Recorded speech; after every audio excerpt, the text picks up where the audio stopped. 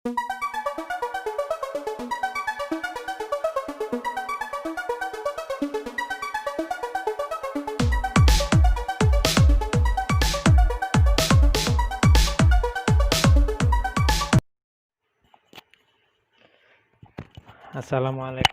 guys,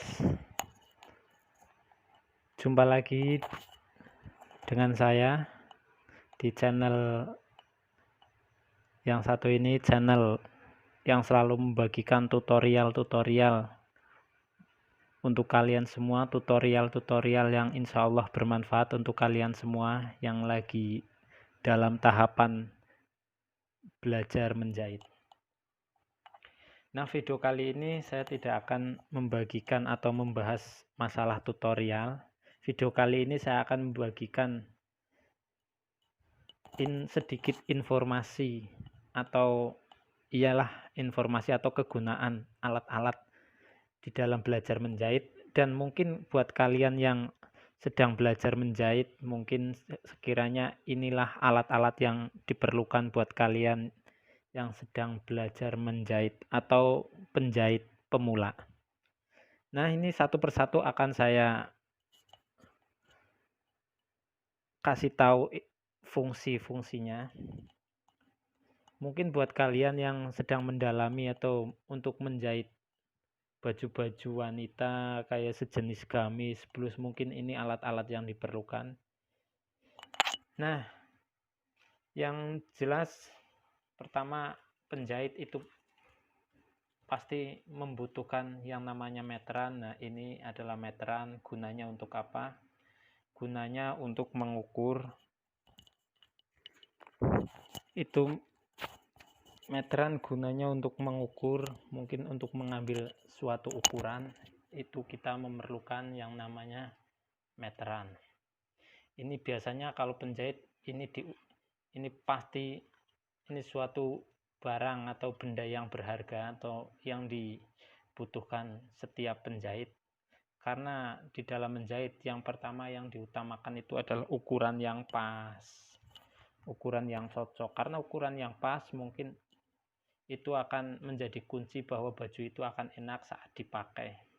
Ini meteran gunanya untuk mengukur ya guys, dan kita gunakan umumnya meteran yang seperti pita kayak ini.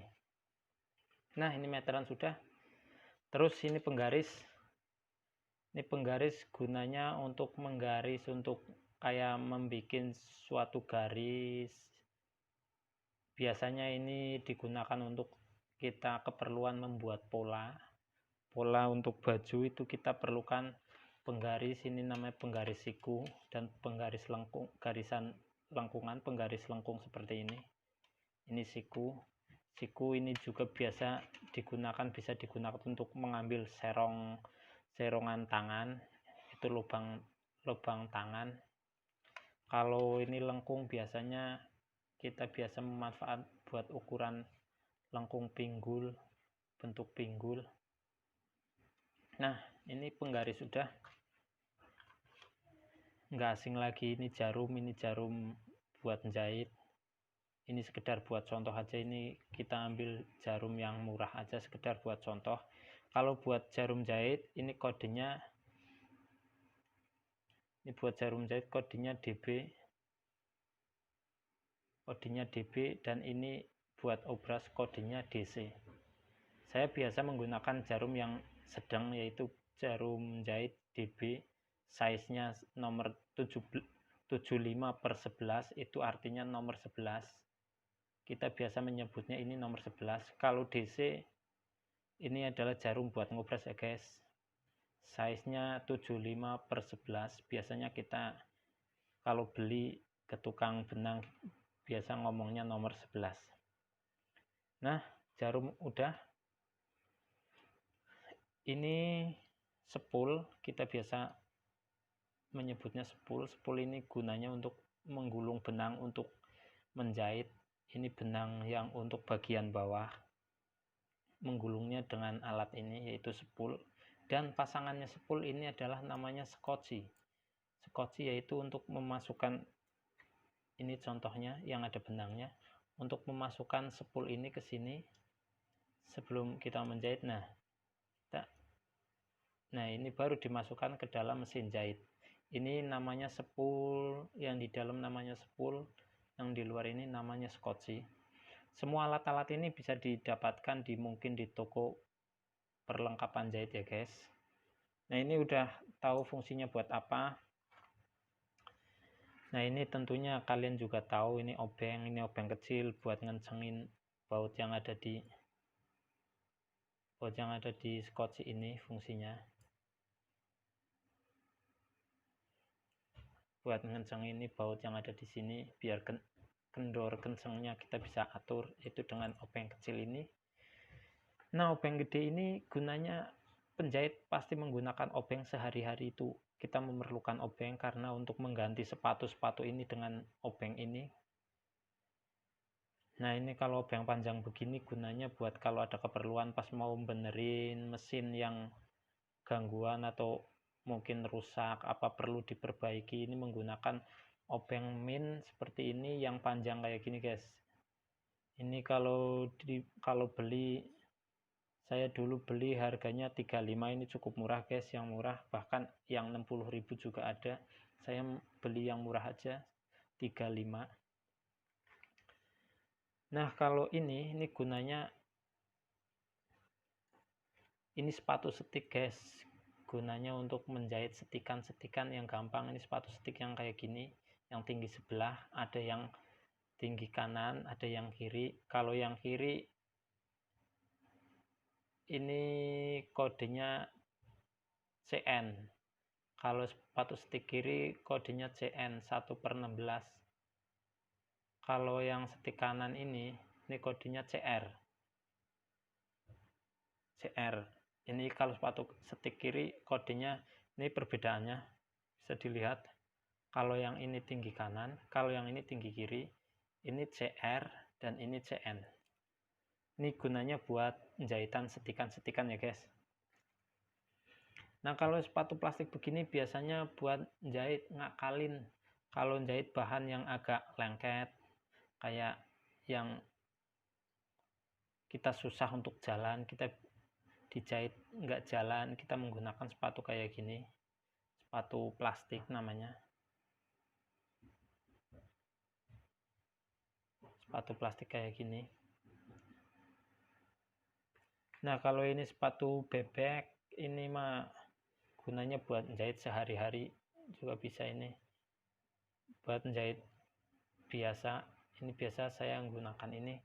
Dan ini sepatu kerut, ada setelannya belakang ya guys.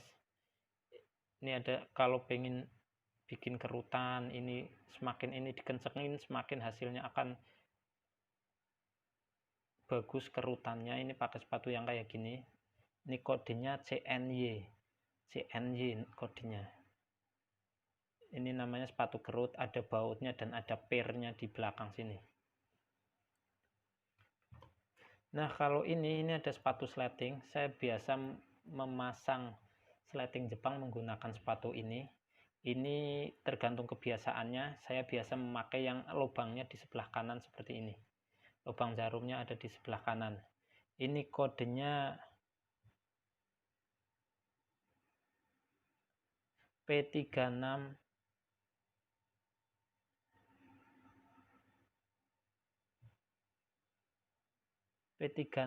yang di sebelah kanan. Ini kodenya P36N. Kalau yang di lubangnya sebelah kiri seperti ini lubangnya di sebelah kiri seperti ini, kodenya P36LN.